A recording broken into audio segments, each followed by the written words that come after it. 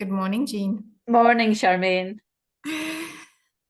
Well, again, welcome to one of our very short, informal chats. And I think today we wanted to talk a little bit about toxicity. Yep, the topic we all love. Yeah, it's an interesting one, toxicity in the brain. I think when we started our cognition journey, we weren't doing a lot of toxicity testing to begin with.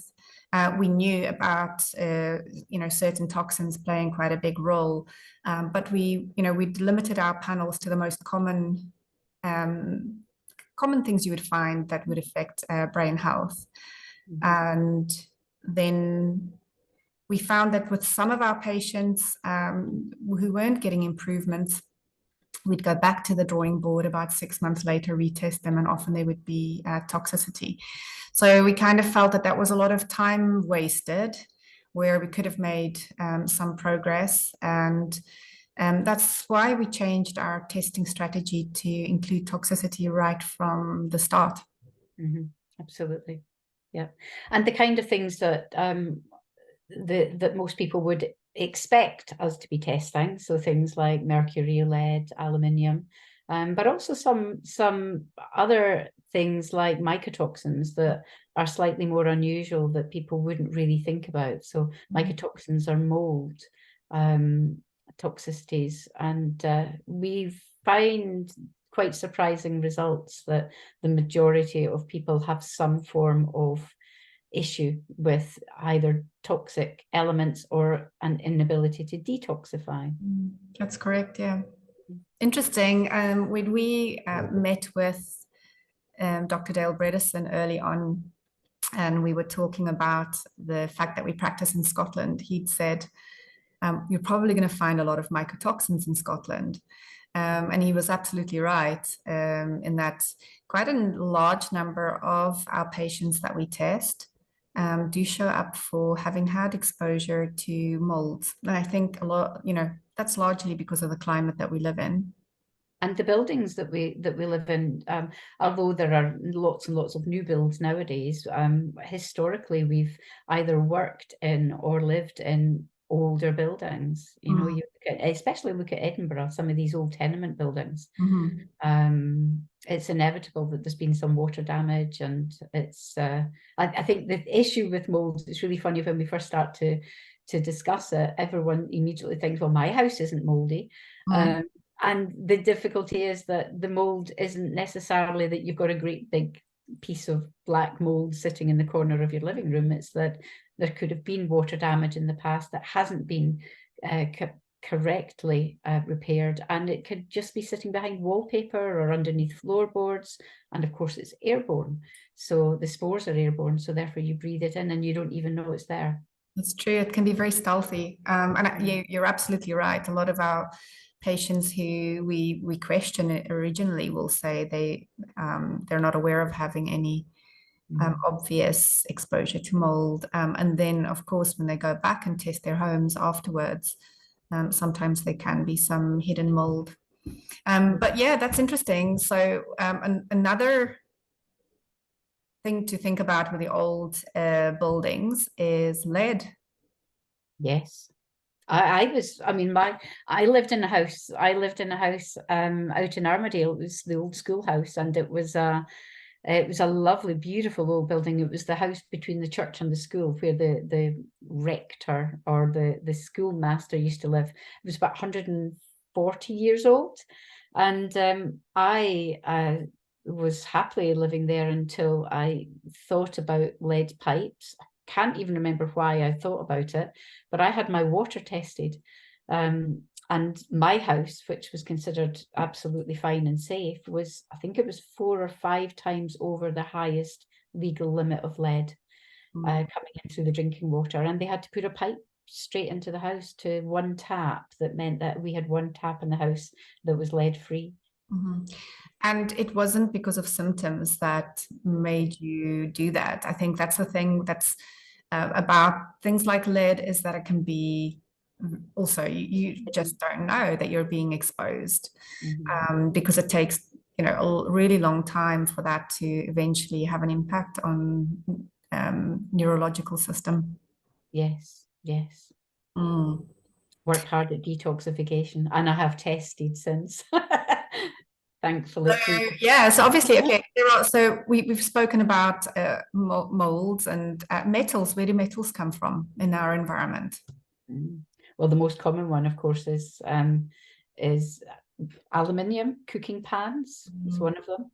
Mercury, of course, everyone had mercury fillings at one point and still do. Yeah, they still use fillings is something we test and check for. Yeah. And arsenic, we're Arsenic, finding high levels of arsenic. Yeah, arsenic in some groundwater, and then also in rice that's been contaminated as well. So yeah, quite a lot of environmental metals out there. There are also, you know, a lot of environmental chemicals every day that we're exposed to in our cleaning products, our cosmetics. And unfortunately, it looks like regulation on these, instead of tightening, even, you know, with more research coming out, we do see that there's a lot of pressure from the chemical companies on governments. We see the EU and the UK have actually relaxed some of the laws on what chemicals industries can use. Yeah, but very disappointing, very disappointing. Yeah, it would definitely, it's not good. Yeah, we should be tightening up rather than relaxing.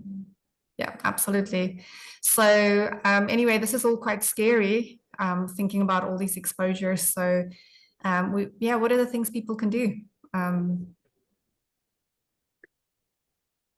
One of the things, we didn't want to overwhelm you. You know, these things are scary, and I think one of the easiest things is to listen to us talking and then go, oh my goodness, you know, what have we got going on, and how on earth do you deal with that?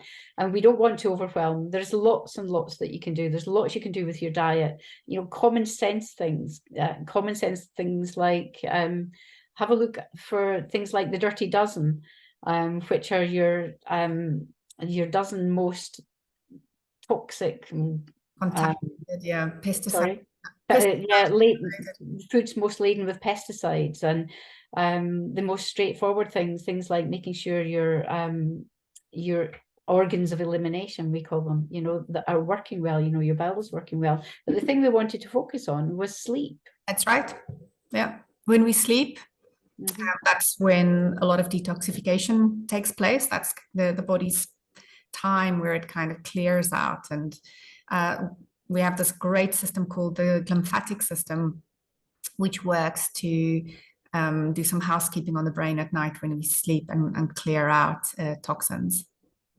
Absolutely. And so making sure you've got good sleep habits, simple things like making sure you're not on your telephone last thing at night. That blue light, that light on your telephone sends a message to the brain that it's still daylight.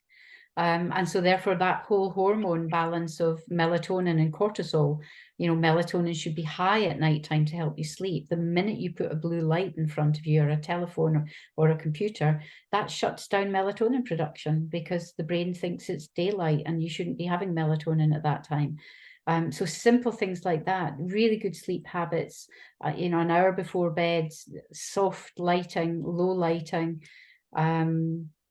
and, you know, good bedtime habits, even using things like essential oils in bed at night time to help you sleep. And remember that your body is, although you're sleeping, your body's working hard during the night. It's when it's doing all of its housekeeping, all of its clearing up, and as Charmaine says, it's clearing and cleaning the brain, and also reconciling emotions, and you know, doing all that kind of that repair work that needs done at a cellular level and at an emotional level. What about sunlight? In terms of, and what do you mean in terms of, sorry? Sleep.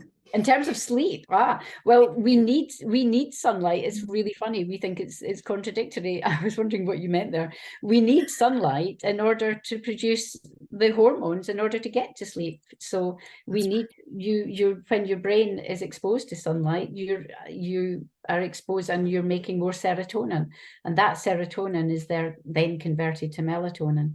So you need sunlight during the day. So, our whole lifestyle in the wintertime really doesn't help us in Scotland.